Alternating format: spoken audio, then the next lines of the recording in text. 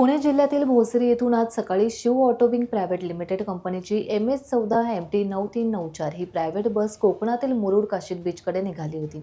बस ताम्हाणी घाटात वेळे हद्दीमधील कोंडेथर गावाजवळ आली असता बसवरील चालकाचं नियंत्रण सुटल्याने बस समोरील खडकावर जोरदार आदळली। अपघातात बसमधील 52 प्रवाशांपैकी 25 ते 30 पर्यटक जखमी झाले।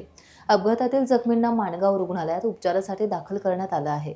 जखमींपैकी 6 गंभीर प्रवाशांना मुंबई येथे अधिक उपचारासाठी पाठवण्यात आलं असल्याचं उपजिल्हा रुग्णालयातील डॉक्टरांनी सांगितलं आहे।